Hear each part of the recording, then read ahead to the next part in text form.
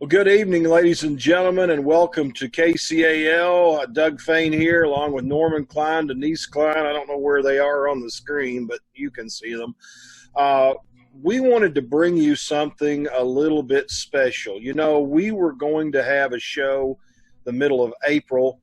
All the coronavirus stuff happened, and we had to put it off. And right now it's scheduled the middle of May, and Denise is going to talk about that in a minute. But we've not been able to practice our show for a few weeks. And to be honest with you, we kind of miss doing what we do. And if you remember, Norman and Denise, when we were on here telling everybody that we were moving the April show to May, at the very end, we talked about possibly recording one of these by Zoom, doing it this way. So that kind of got our minds turning, and we decided, hey, why don't we try it? And by golly, we've done it. We decided to get three other people. Let's see, it's us three and Dave Damron and Connie McDonald and Carolyn Threlkeld. So there's three guys and three gals. And we found a Dragnet episode that we thought you'd like. So the six of us has recorded that, and you're about to see it here in just a few minutes. So that's what we want to give you as our gift, to say hi, that we're still here. And we hope to get back on a live stage. Right, Norman? Or Denise, who's going to tell me next? Yes. Hey, I Denise, think I'll you jump go. in there. Okay. Don't forget, imagine that. Just wanted to give a reminder about the spring show. We've decided that on May the 6th will be our next update on what we're going to do. Just to let you know, a little bit of inside information. If something happens that we cannot do the show May 15th through 17th due to all the things that are happening, we will go on and do Fairy Tale Theater at our July show, July 10 through 12. It would just be too tight to try to get it all in there and get to it at the same time. So May 6th, we'll let you know again what's going on for the May 15th through 17th show, with possible dates July 10 through 12. Hang in there with us. We're trying to get back to you just as soon as we can. And hey, Norm, why don't you tell us about the vineyard? Oh, yeah. Hey, I can do that. Guys, as David said the other day, and we did, well, you're going to hear him say it in a minute, we can't come to you, or you can't come to us, so we want to come to you. And we're dying to get on that stage, like Doug just said. We were rehearsing hard and getting things ready. We had some super special effects. I mean, it was going to be a wonderful, wonderful fairy tale theater, something that we've never done. Something new. And so we're so sad that we can't do that, but we're glad that we're backing it up. And we will do it, like Denise said, in July if it can't be done in May. But I want to remind you that as of right now, our first vineyard performance of My Favorite Wife, which we've done before, and it was received very well. It's hilarious. A great show, a great comedy. Our August performance for August the 8th at the First Vineyard is still set. We have not had to worry about any changes in that. It's not close enough that we've had to take away any rehearsal times or anything like that. We are so excited and hopeful that will, first of all, the May show will go through May 15th through 17th. But if not, July 10th to the 12th. But absolutely, keep your calendars open. And if you haven't contacted us, please do and set your place. We are over halfway sold out for that wonderful show. I don't know if any of you have went to It's going to be fun. Show. It is. It was a great success last year. Everyone had a wonderful time. They seat about 100 in there or so. So it's a really fun thing. The meal is going to be exquisite. And, of course, it's over 21 only because of the wine sales. But that helps us get a few extra laughs, I think, sometimes after a few glasses of wine with the meal. Right, guys? So, that's right. So keep your calendars open and go ahead and give us a call. Denise will set you up with some tickets. Get your spot reserved. Speaking of spots, I don't mean to talk long, Doug and Denise, okay. But this is a general admission show. There are no assigned seats. So you have to get there early, get your spot. It's a beautiful place. Not just the venue itself, but the grounds it sit on is historic. and it's a beautiful view, and you can't go wrong with spending, come an hour early and spend some time enjoying the fields and the looking at the grapes and just the view of the things of the surrounding countryside. You will not regret it, folks. So keep your calendars open. Yes, ma'am. If you do want to come early enough to get in a group or to get closer to the front at the vineyard, that's great. But bring like something that will mark your seats and how many seats you need, so you won't have to just sit there the whole time. And that way you can mark your area and still go have fun. Good idea. Guys, well, I'm about done. I know I get a little long-winded, and these guys can attest to that. But thank goodness the scripts keep me from doing that at the shows. But we can't emphasize enough how much we miss you guys, how thankful we are for all of your support over the years and your continued support, and how concerned we are with each and every one of your health.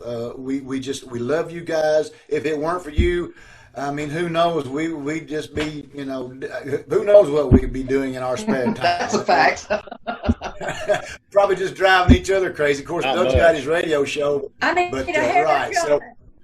Yeah. I told somebody today, when it's time to try to get an appointment for a haircut, it'll be worse than trying to find toilet paper. Brother. It's going to be rough. I have an inside track, though. My brother-in-law does mine at his home. So that's good.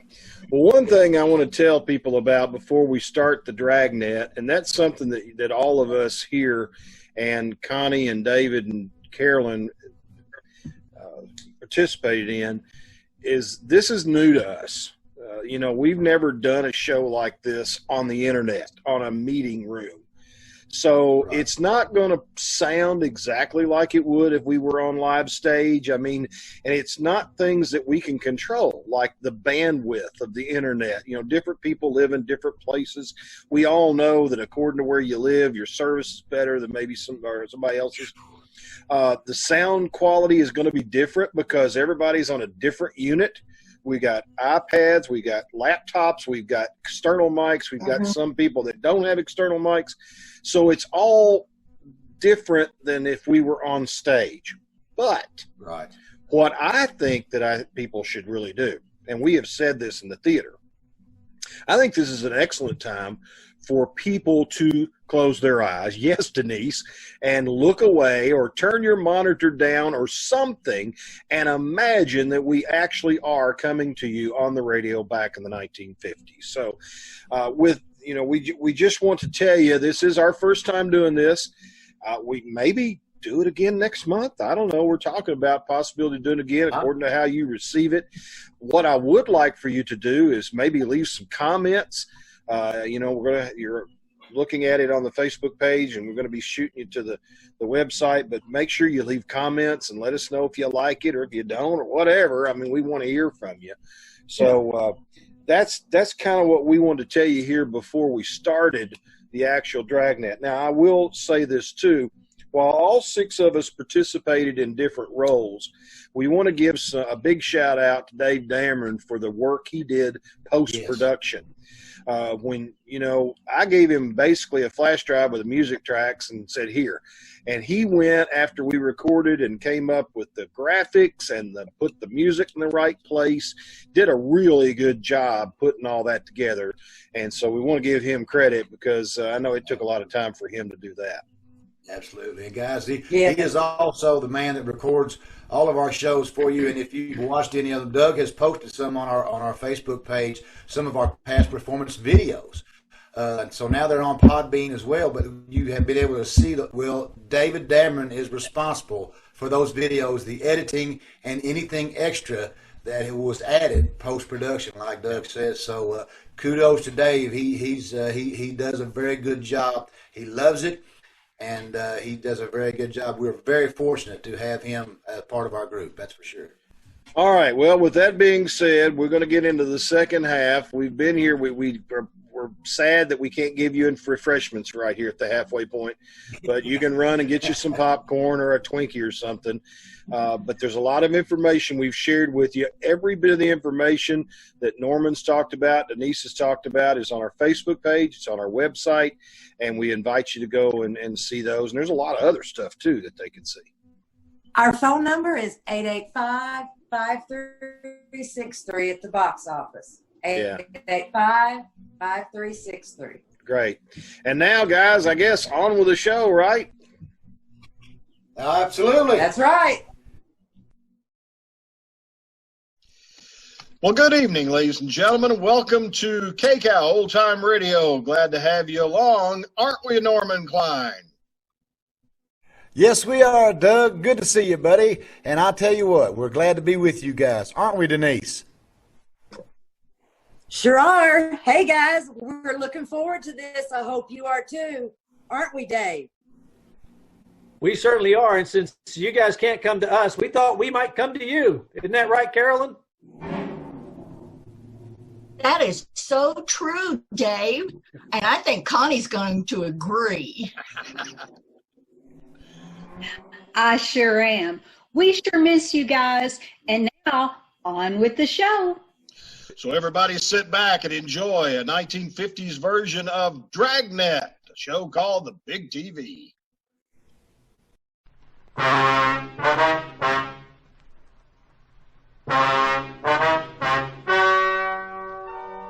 Ladies and gentlemen, the story you are about to hear is true.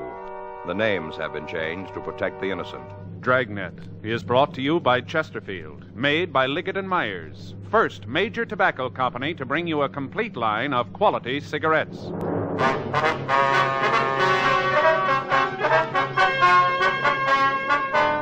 You're a detective sergeant. You're assigned to missing persons detail. You get a call that a young mother and a 9-month-old baby have disappeared. Routine investigation turns up the possibility of foul play. Your job, find them. Today, friends, you hear these 3 words everywhere. Chesterfield for me. The Chesterfield you smoke today is the best cigarette ever made. Best for you because Chesterfield gives you proof of highest quality, low nicotine. The taste you want, the mildness you want. Chesterfield is best for you because it's tested and approved by 30 years of scientific tobacco research.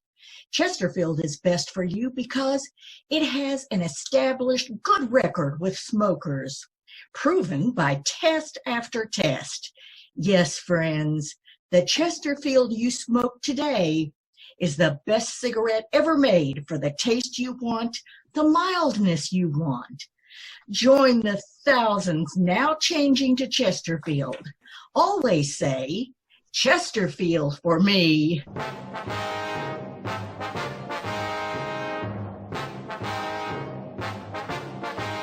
Dragnet, the documented drama of an actual crime.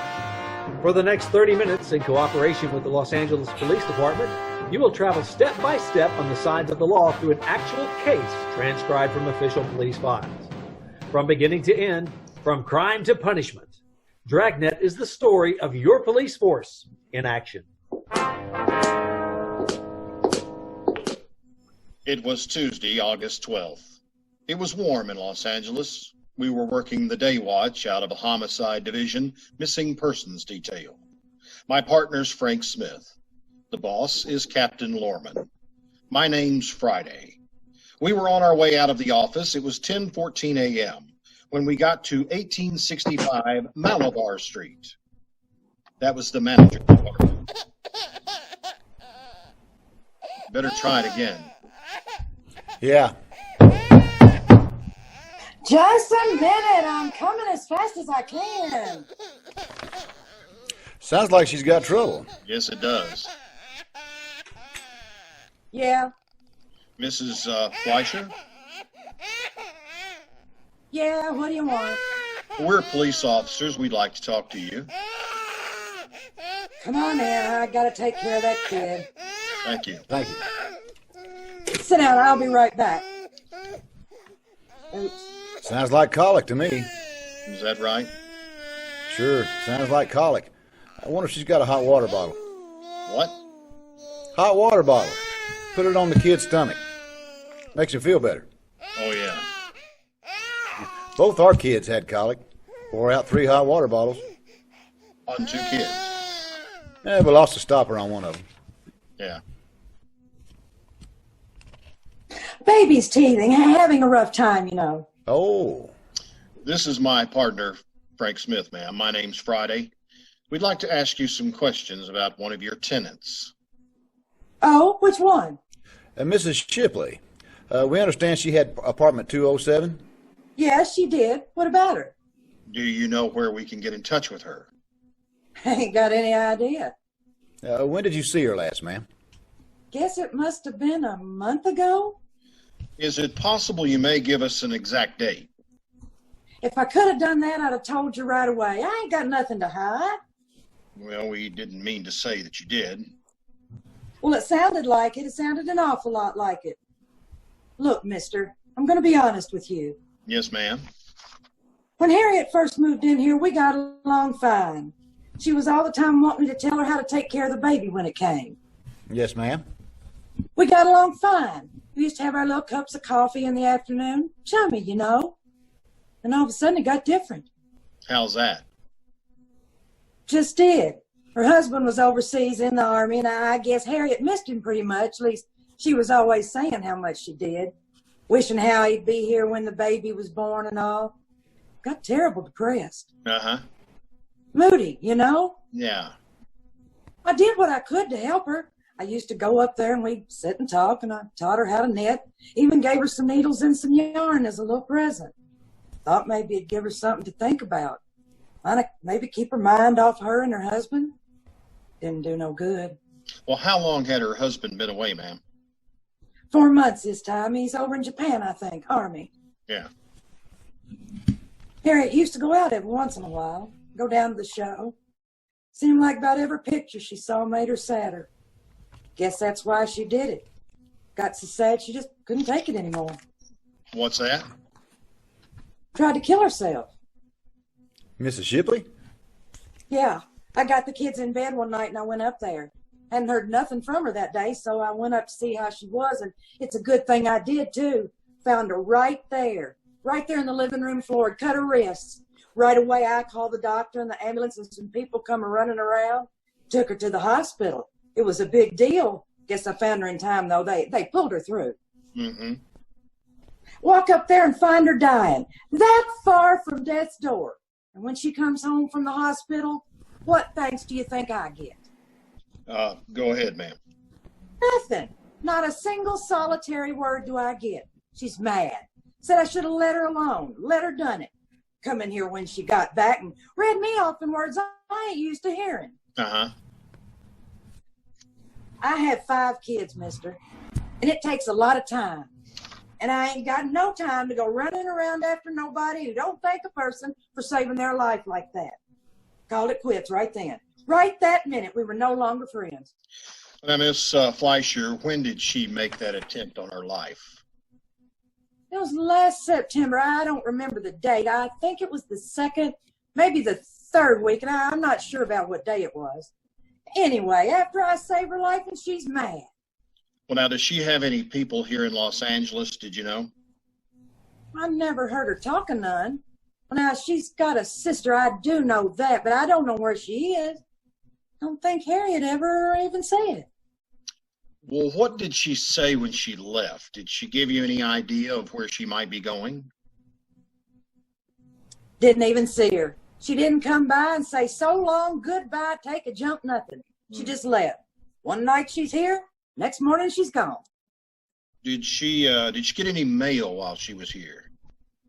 Yeah, once in a while she'd get a letter from her husband, and then seems like there was a couple letters from San Francisco, but I don't know who they was from. Mm-hmm. Did she take everything with her? I mean, like all of her personal things? Nothing. Left it all here. Of course, it's not much, but it's all here. Well, where are those things? Downstairs in the basement. I got it all put away in case she ever come back. It's going to cost her, too. Storage and for me to pack it. Well, here it is. I told you it isn't much. Some dresses and new clothes for the baby. Phonograph, couple of records. About it. You can see them if you want. We'd like to take a look at them before we leave. Sure thing. Can't let you take them, though. I got to collect for storage. Yes, ma'am. Now, Miss Shipley, did she have any close friends that you know of? Not that I know of, but of course she might have had some down at the Dream Palace. Dream Palace, what's that? That's where she worked, a dance hall downtown. She was kind of the hostess there, I guess. But that's the name of the place, Dream Palace? Yeah, she had some friends down there maybe, but none of them ever came here, though. At least I never saw them if they did. Mm-hmm. Do you know of any reason she may have left in such a hurry? Not right off, I can't think of one. But you know, there was something wrong with her, though, when she came back from the hospital. You know, having that baby? She was worried about something. Do you know what it was? No. All I know is when she'd been home a couple days, she came down here and asked me to do some work on the apartment. Well, I told her if she wanted anything done, she'd have to do it herself after the way she talked to me. Well, what exactly did she want done? Silliest thing I ever heard of. She didn't have nothing to steal. Ma'am? She wanted all the locks on the doors changed. 10:46 a.m. In the company of the apartment manager, Barbara Fleischer, Frank and I went down to the basement, looked through the missing woman effects. Other than the phonographs, several cardboard boxes of used baby clothes and cheap woman's dressings. That's all we found. We found nothing else. There were no snapshots or letters to aid us in ascertaining where she may have gone. We asked Miss Fleischer to notify us in the event that she heard from the Shipley woman. We put in a call to Georgia Street, Receiving Hospital, and verified that story about her attempted suicide. 11:15 a.m., we checked the phone book for the address of the Dream Place Dance Hall. It was on the second floor of a large building at the corner of 7th and Margot Streets. On the front of the building were several faded photographs of contest winners with the cups they'd won, and the name of the proprietor, Ernest Lasnik. We went upstairs. It was a large barn-like room with crepe paper birds hanging over the lights. In rear of the place, at one of the tables, we found Lasnik. He was eating his lunch. Mr. Lasnik? Yeah, what do you want? I'd like to ask you some questions. We're police officers. My name's Smith. This is my partner, Sergeant Friday. Oh, hiya. I won't shake hands. I got butter all over them. Go ahead and sit down. Would you care for a sandwich? Oh, no thanks. No thanks. Well, you do. Go right ahead. There's all the makings. I got bread, butter, salami, pickles, peanut butter. Help yourself. No thanks, Mr. Lasnik. Well, I hope you don't mind if I go ahead. I got a bunch of kids coming in at 3:30, and I'd like to get the place cleaned up before then. No, sir. You go right ahead. So what do you want to see me about? Well, it's about one of your employees. Oh, yeah? Which one? Girl named Harriet Shipley. Oh, yeah. I remember. She don't work here no more. You have any idea where she is? Ain't got the slightest. I ain't seen Nadine in about maybe 6 months. No, sir. You don't understand. We're inquiring about a Harriet Shipley. Yeah, I know. I told you. I ain't seen her in about 6 months. And what's this about a Nadine? Like her club name. You see, lots of girls don't like to use their real first names because a fellow wants to get chummy when they're away from here. It's easier if they don't know the girl's real name. Harriet used Nadine. I understand. We got a bunch of them. When one of the girls leaves, we put the name back in a hat, and the new girl picks it out. I've had 14 Nadines since we opened. Mm-hmm. 27 out years. Yes, sir. Do you have any idea where the Shipley girl went? No. You might check with her husband, though. He might know. Well, now, we understood that he was in the Army. That's right, he is. Overseas. He should know where his wife is, though. Ask him. We'll probably do that, sir, but we thought maybe we could turn her up ourselves. There's been a missing report filed on her. Missing, huh? Who told it? Sir? Who told about her being missing? Report was filed by her mother-in-law. Oh, well. I wish I could help you fellows out. I told you she was in here about 6 months ago. She came in just to say hello. And she had a baby with her. I personally think she was trying to get a job or something. Of course, she didn't come right out and ask, but she kind of hinted around that she'd think about coming back. Uh-huh. And she told me she was trying to find some kind of work to help make ends meet. Well, now, does she have any close friends that work here? No, none that come to mind right off. Nadine was kind of close, you know. She kept to herself. Good dancer, though. She used to be busy all the time. Hardly ever had to sit out. Well, was there one girl she seemed to talk to more than any of the others? No, I told you. She wasn't close to nobody. Did she ever mention any relatives to you? No, I think she was all alone. I heard her talking to one of the girls one time about a sister. Don't remember too good, but it was about a sister. Wonder if we could talk to the girl. Well, I don't know. She ain't here. They called her Alvina. I can give you her real name if you want. Might be able to find her. Told me she had to go back east. That's the reason she gave me, that she had to quit. Well, we would like her address if you could give it to us, sir. Sure. The last time you saw the Shipley girl, did she say anything about leaving town?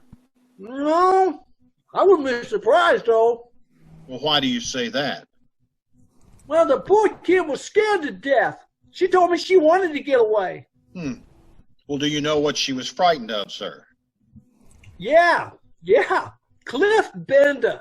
That's what she was afraid of, Cliff. Well, who is he?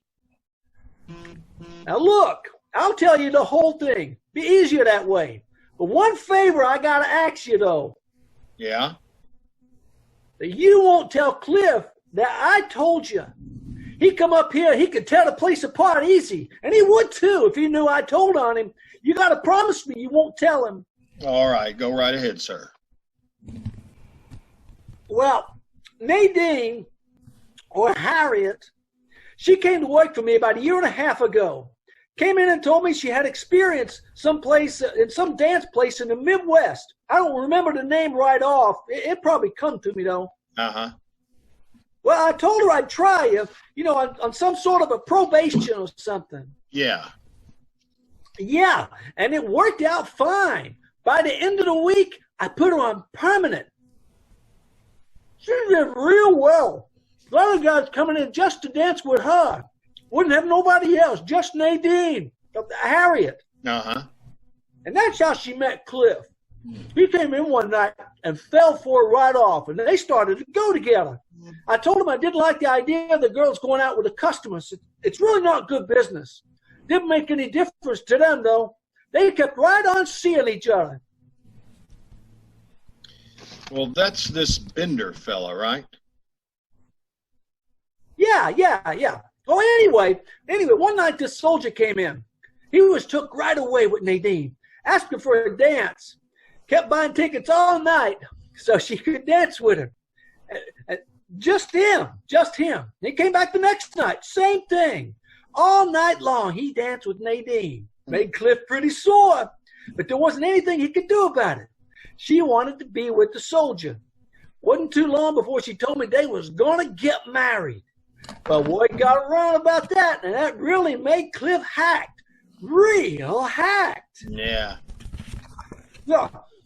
Him and the soldier, Shipley, they had a fight downstairs one night after we closed. Guess Cliff waited for him, and Nadine come down. Anyways, it was a real brawl, cops and everything. Cliff really cleaned up on the soldier. But it didn't do any good, though. What do you mean? Nadine told Cliff to stay away from her. Keep far away. Told him that her and the soldier was going to get married and that they was through. she meant Cliff and her. Yeah. And the soldier and Nadine got married a couple of days later, and she quit her job right after that.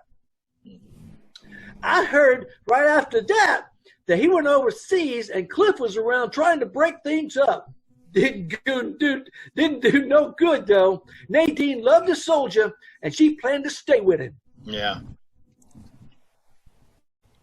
I tried to talk to Cliff to tell him to stay out of it, leave the girl alone. But that didn't do no good either. He was sure hacked, said that she was his girl, and might take some time, but he'd get her for running out on him. I figure he told her that too, because that's what she was afraid of, and I don't blame her. Cliff told me that, I'd believe him. What's that? That he was going to kill her.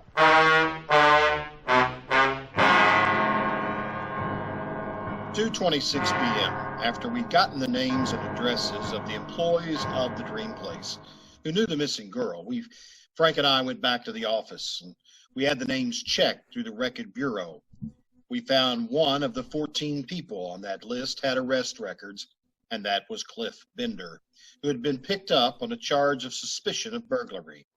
However, according to the information on the report, he had been released because of lack of evidence. We checked the log about the fight that Lasnik had mentioned. We found an FI card had been filed, but no arrest had been made. We went over to room 45 and talked with Sergeant Eggenweiler and Sergeant Rubles, the officers who handled the burglary case. They told us that in their contacts with Bender, he was sullen and uncooperative. They told us that they had seen him in the company of known criminals. They told us, in their opinion, the man could be considered dangerous. We checked his last known address, but found that he had moved in July, leaving no forwarding address. While Frank and I checked out the rest of the missing girl's friends and acquaintances, Sergeant Graham and Cliff Bailey tried to check on Bender. We talked to everybody on that list that we had gotten from Ernest Lasnik, but none of them would give us any idea of where to find the Shipley girl. Most of them, however, told us about the threat that Bender had made against her life and expressed the opinion that he was responsible for her disappearance. The next day, Wednesday, August 13th, Frank and I went back to communications and checked into the office. I tell you that mother-in-law called again this morning? No, you didn't. Wanted to know how we were doing, what progress we'd been able to make. Yeah. I filled her in on what we'd found, didn't tell her about Bender. Just said that we thought we'd be able to find the girl. Uh-huh. You talked to her when she made the original report, didn't you, Joe? Yeah. Well, what do you mean? think? What do you mean? Well, isn't there something that's a little off base to you? I don't know what you're getting at. Well, it just seems to me that she doesn't care if we find her daughter-in-law or not. All she cares about is the kid. Yeah, I got that idea myself. The way she talked, it didn't seem like that she and the girl got along too well. It just seems like there's something she isn't telling us. I asked her this morning if she'd heard from her son, if he knew anything about where his wife might be. What did she say? Yep. Told me she hasn't wanted to bother him and make him worry. Wouldn't even give me his mailing address. Said she didn't want him alarmed unless there was a reason. Well, the way I see it, his wife being gone is reason enough. I told her that. She said our job was to find the girl and the baby. That's all. Well, cooperation like that isn't going to make it any easier. We can only do so much if she's not going to help. It just doesn't make a lot of sense. Her filing the report and then holding out information. Yeah. You know, we better get over and talk to her again, see if we can get the whole story. How about Graham and Bailey? Have you heard from them? Note in the book, they got a lead on Bender. Graham said they were going to run it down for us this morning. Mm-hmm. What time you got?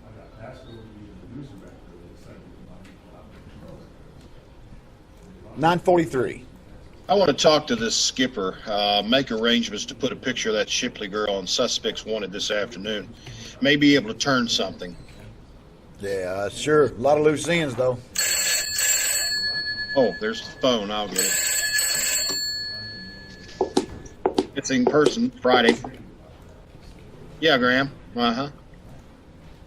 Where? What'd she say? Uh-huh.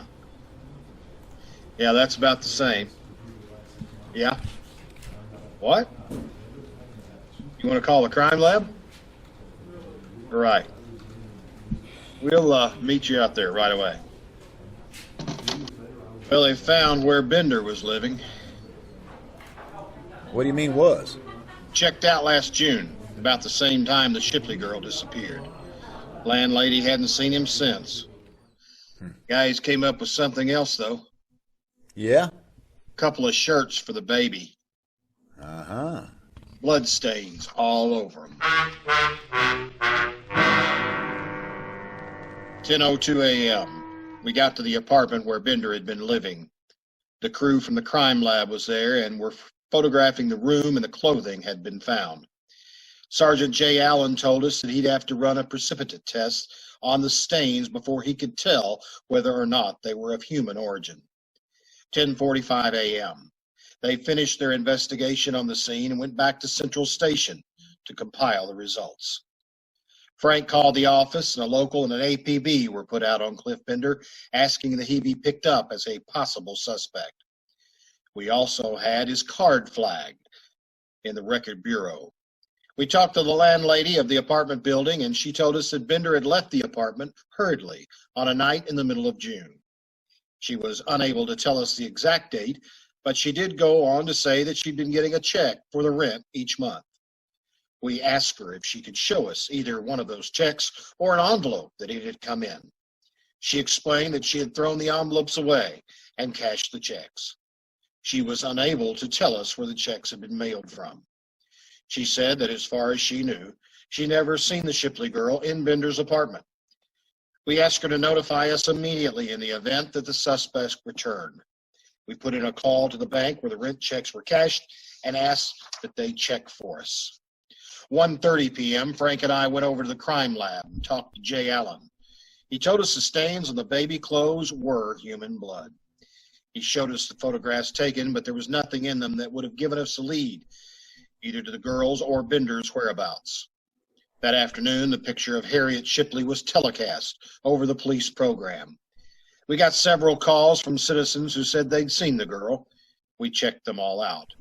One of the callers, a bus driver, said that he had seen the girl and the baby on his bus during the month of June, and that she'd gotten off in San Diego. We alerted the police in the city to look for her. Thursday morning, Frank and I checked into the office. You want to check that book, see if there's anything from San Diego? Right.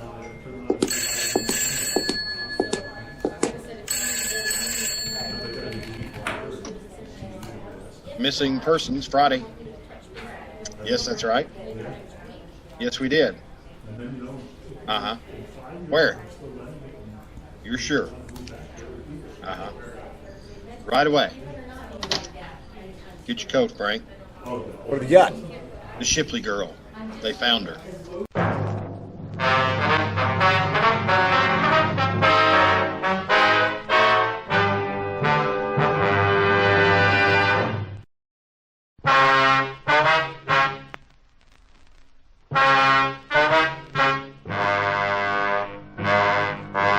The call had come in from the nurse at the state mental hospital in Camarillo. She told me that the girl patient looked a lot like that photograph that we showed on the police program. Frank and I left the office, drove out to the hospital. We talked to the nurse and to the doctor that was taking care of the sick girl. From personal effects and the scars on her wrist, we were reasonably sure of the identification. The doctor told us the girl had been admitted by her sister on July 17th under the name of Harriet Lanham. He told us the girl was undergoing treatment, but there was little hope for recovery, and it would be some time before she would be permitted to leave the violent ward. We tried to talk to her, but was unable to get any coherent answers. We asked about the baby, but the authorities weren't able to give us any information. We got the name and address of the sister who had admitted the Shipley girl, and we drove down to San Diego to talk to her. It was a small place in a wartime housing development.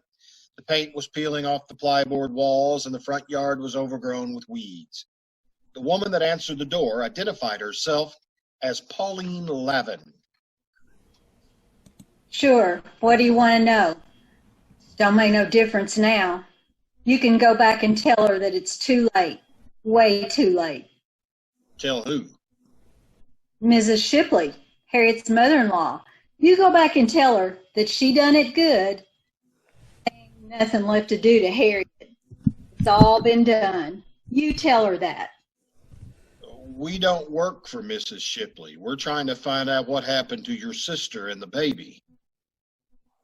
Who asked you to find out in the first place? It was her, wasn't it? Wasn't she the one? She filed the report. And that's what I mean. Well, you go back and tell her that there's nothing more she can do to Harriet, or the baby, or Big Jerry. Nothing at all that she can do. Where is the baby, ma'am? He's not here. Do you know where he is? Yes, but I ain't going to tell you. I'm not going to tell anybody. I promised Harriet I wouldn't tell, and I'm going to keep that promise.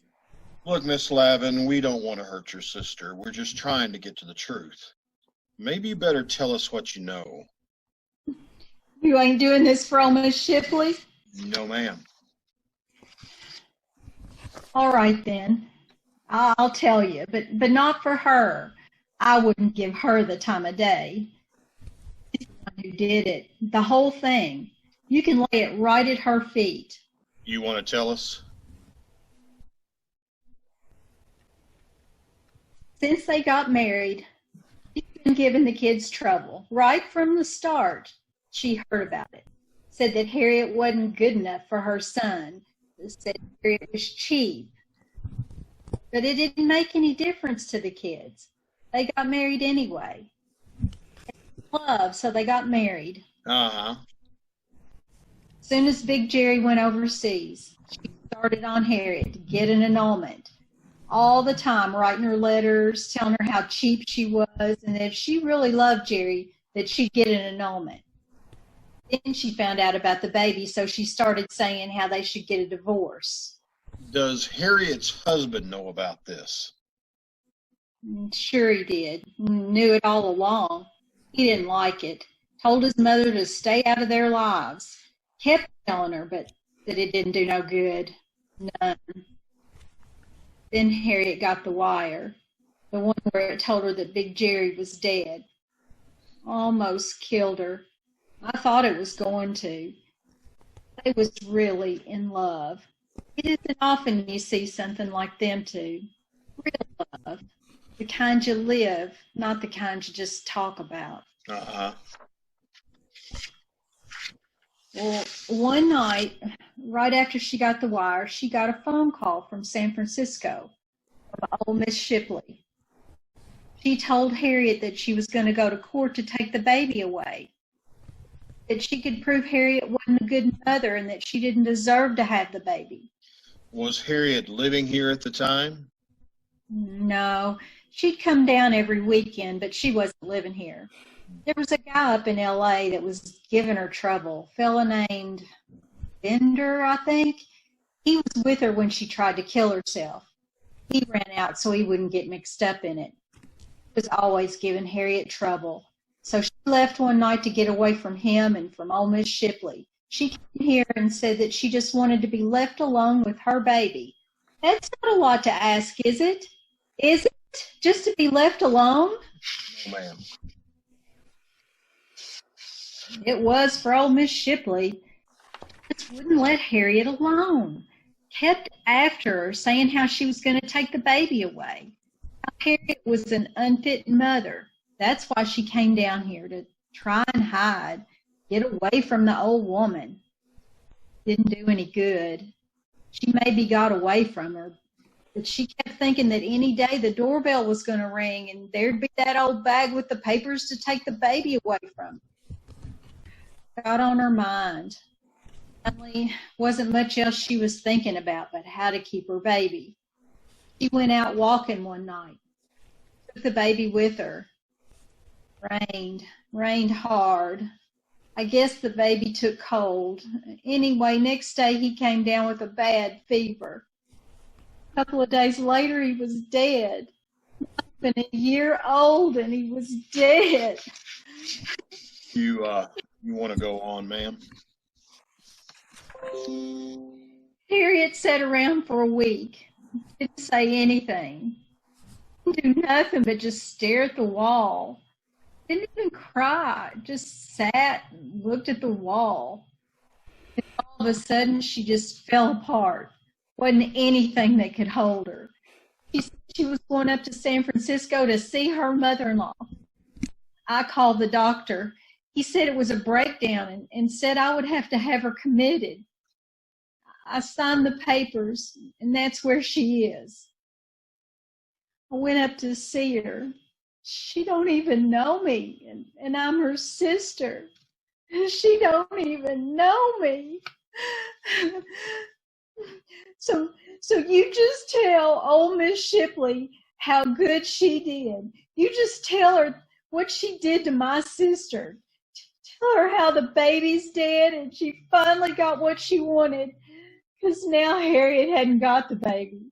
Nobody's got him. Nobody's got him. Nobody. Come on, Frank.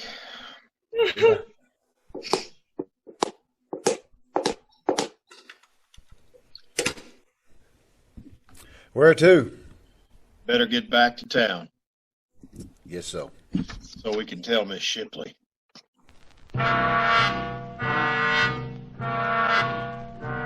During the drive back to Los Angeles, Frank and I hardly spoke to each other.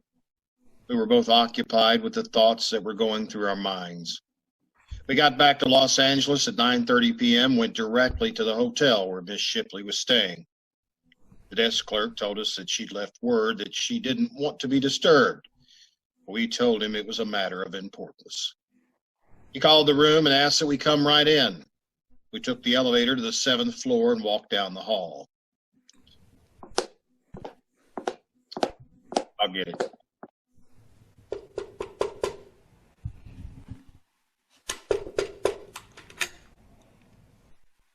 Good evening, Sergeant Friday. Officer Smith. Come in. I was just having a drink. May I fix you one? Oh, no, thanks, ma'am. Well, how about you, Mr. Smith? No, ma'am. Well, you don't mind if I go ahead. Not at all. Go right ahead. Just sit down. I'll be right with you. Thank you.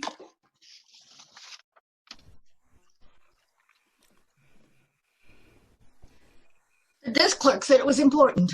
Yes, ma'am. Have you found my daughter-in-law? Yes, ma'am. Well, and the baby. Where is he? Is he still with her? No, ma'am, he's not. Well, where is he? Your daughter-in-law's pretty sick, Miss Shipley. Oh? Yes, ma'am. She's in the state hospital in Camarillo. Camarillo? Yes, ma'am. Well, that's a mental hospital, isn't it? That's right, ma'am. Well, I'm sorry to hear about Harriet, but I knew she wasn't very stable. Why didn't you tell us your son was dead, Mrs. Shipley? Well, I didn't think it had any bearing on the thing. What difference does it make? You don't seem to be very interested in his wife. I'm going to be honest with you, Sergeant. I'm not. I'm not in the least interested in what she does or where she is. I never did feel that she was right girl for my son. Never. And when the baby was born, I tried to go along with it. I tried to be nice to her, and, well, she wouldn't have it. She wouldn't even be friendly. No, she She poisoned my son, turned him against me. She's a terrible woman. Just terrible, and whatever's happened to her is just exactly what she's got coming. Naturally, I'm sorry it's the way it is, but there's nothing I can do. All I'm interested in is my grandchild. I want him. And if I have to go to court to get him, then I'll do it that way. That won't be necessary, ma'am. Well, where is he? I'd like to go get him, and now that Jerry's wife can't take care of him. He's dead, ma'am. Is this some kind of a joke that you're making up to help my daughter-in-law to keep him? I mean, it won't work. It's no joke. No, it's no joke. It's the truth, ma'am. He died in a hospital in San Diego. Well, that's not right. He was only a baby. It's not right that he's dead. It's not fair. I wanted to have him, to take care of him. I wanted to give him the things that he should have, and it's not right that he's taken away from me. That's not right. Oh, she did this. Harriet, she did it to get even with me. I know she did. We're very sorry, Miss Shipley. First my husband, and then Jerry, and now the baby. I haven't got anybody. I'm all by myself, and there isn't anybody in the world who cares about me. Nobody. We're very sorry, Miss Shipley. I wish there was something we could do. No, you're not. You're like the rest of them. Just my grandson. It's just Harriet. She's the one. Nobody else to consider in this mess. Just her. What about the baby? The story you've just heard is true.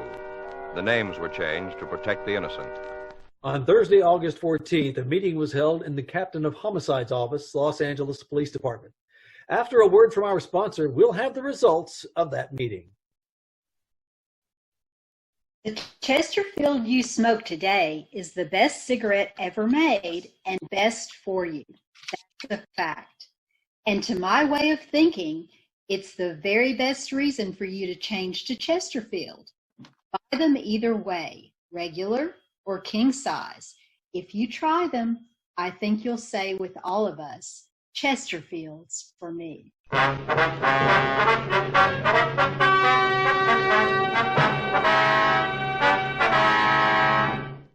At the meeting held in Captain Lorman's office, it was decided that no criminal act had taken place, and the case was officially marked closed.